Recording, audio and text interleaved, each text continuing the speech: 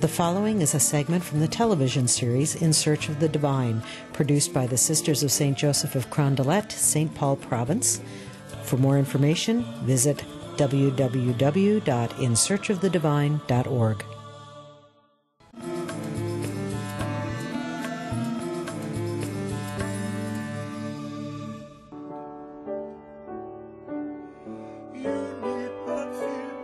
If you ask Father Jan Michael Joncas to describe himself, he'll say things like, large family, I'm eldest of 7, did an undergraduate degree in English, got ordained in 1980, associate pastor at Presentation, then 3 years as education coordinator and campus minister at Newman Center, then 4 years of doctoral studies in Rome. My real work is as a priest, and probably as a priest, professor, educator. What's interesting is that he doesn't mention the fact that he's also a musician and a composer. Yeah, that's avocation, not vocation for me.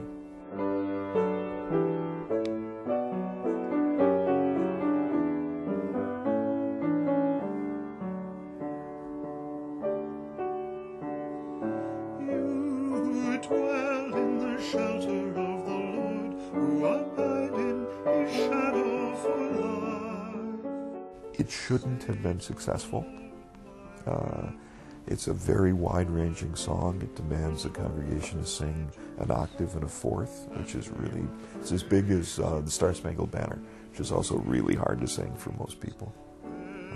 There's some tricky rhythmic things in it, but it's somehow connected with people. Mike, as he prefers to be called, wrote On Eagle's Wings in response to the death of a friend's father. But it was a while before he came to fully appreciate the composition's impact. When people started stopping me to say, you don't know me, but blah, blah, blah, blah. And then the second is, as it started to be translated into other languages, I'd get requests, can we do this in Spanish, can we do this in French, can we do this in Polish? Honestly, the weirdest thing, Luciano Pavarotti's funeral. I'm watching it, right? Rai Uno, the Italian television system, is broadcasting it from Modena. And they get to the part of the ritual where they're going to sprinkle the casket with holy water and then bear it out of the church, commendation rite. The choir soprano stands up and starts singing Suagli di Aquila. And it's just wild to hear your song being done at an event like that in a language that you don't understand, but that you never wrote it in. So I think that probably really indicated it had gone around. Whether it's through Mike's academic vocation or his musical avocation, his search is ultimately about mystery. I think very, very early, as far back as I can trace it, I've had a sense, and this gets tongue-tied for me, but a sense of a kind of overwhelming mystery at the core of things. And it's all-encompassing. It integrates, but it's very mysterious to me.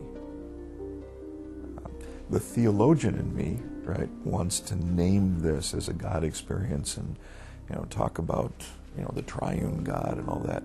But I think at the level of spirituality, it's just plunging into something that really cannot be expressed. Which probably, now that I think of it, it's probably why I go to music.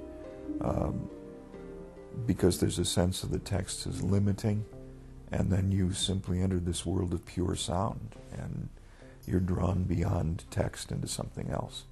But mystery has a way of presenting itself in unique ways, and right in the middle of his life, filled with lyric, liturgy, and learning, everything changed. 2003 to 2004, I lost that academic year.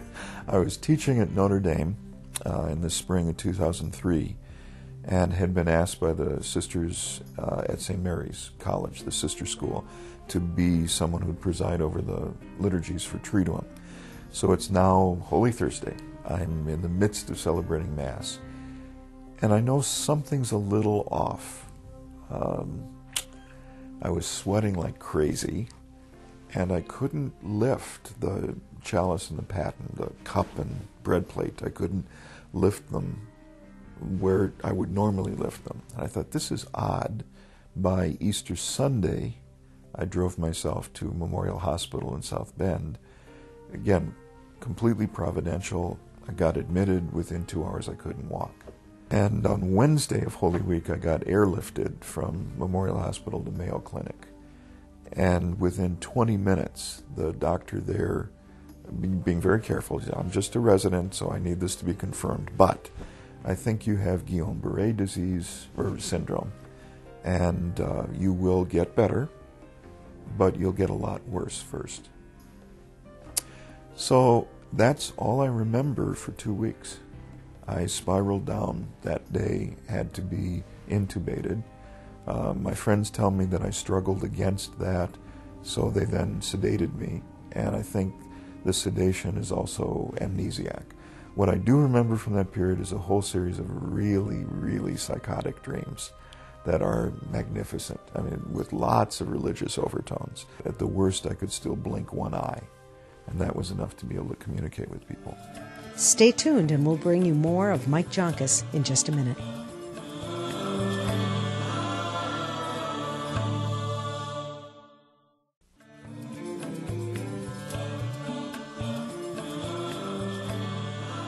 Welcome back to our conversation with Mike Joncas. He had become an intellectual prisoner, physically confined by an attack to his immune system that stripped the protective coating off the peripheral nerves in his body. During that time, the rich tradition of ritual prayer he had come to love was taken from him, leading him to delve into the only connection he had available, personal prayer. I could start praying for whoever had come in that day, doctors, nurses, friends, whatever, and then I'd do this systematic kind of bouncing back and forth. The people in the room next to me on one side, the people in the room next to me on the other side, everybody on the ward, everybody on this floor, everybody on the floor above me, everybody on the floor below me. Then it just kept expanding, right?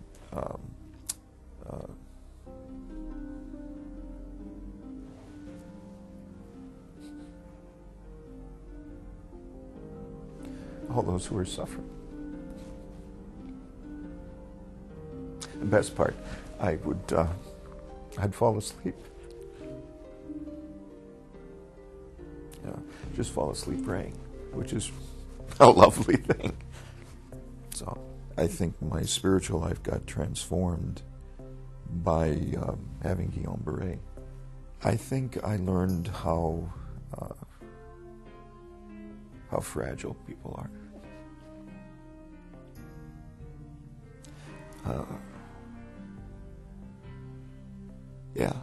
That we do not bring ourselves into existence. We don't. We have to tap into energies that are a lot deeper than the ones we're in control of, and that those energies are what keep us going. His newfound awareness has changed him deeply. There is one big change. I'm praying people a lot more.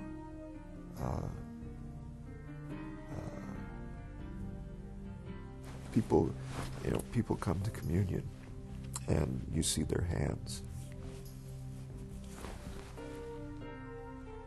and how much life story is there, and then to kind of carry that, to carry those images with you.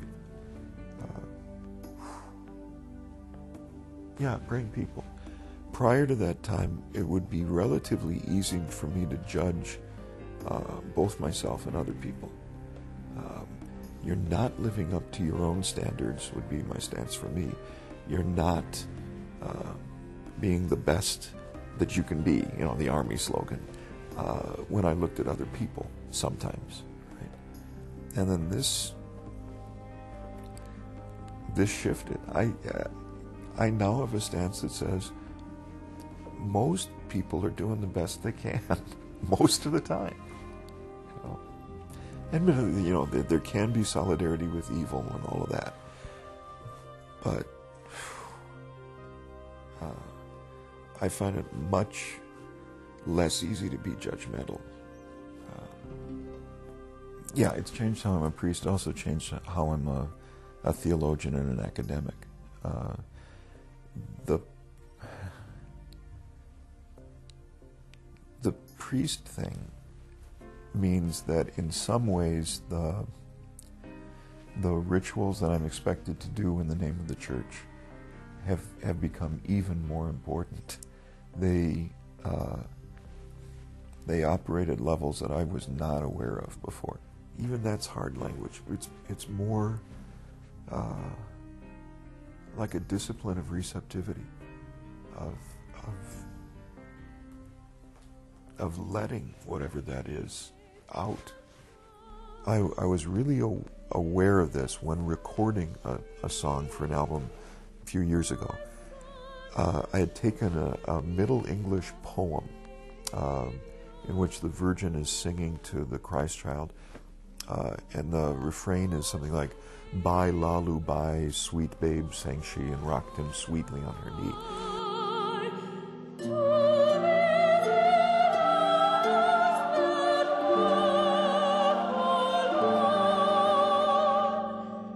And I think I have to solve a compositional problem. I want a mezzo-soprano singing the Virgin stuff, but then I want women's voices singing the chorus. Oh boy, and here, I figured it out. I'm going to start with a unison line, move into 2 parts, then they'll sing in 4 parts. Oh, 4 parts. But I think what I'm going to give them is a quartal harmony chord rather than a nice triad. It's just quartal. And I think I'm solving a compositional problem, right? Harp, flute, oboe background. And then I'm standing in the booth when we recorded for the first time. I'd never heard it, right? And I start to hear this, and I'm just shattered. Because that one sequence, when we get to the women's voices in the back, there's a kind of dissonance that's set up.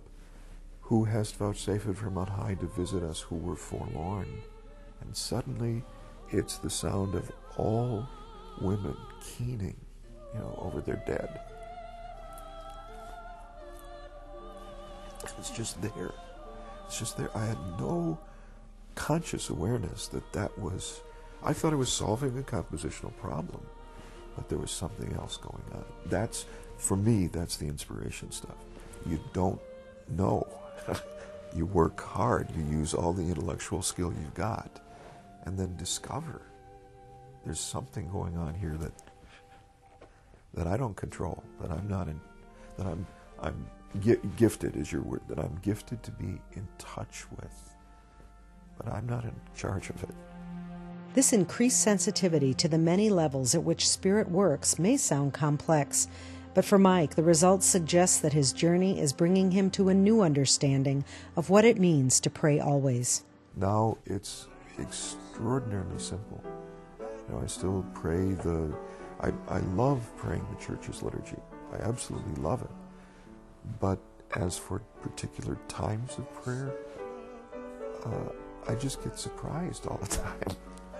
Hard not to love a good mystery.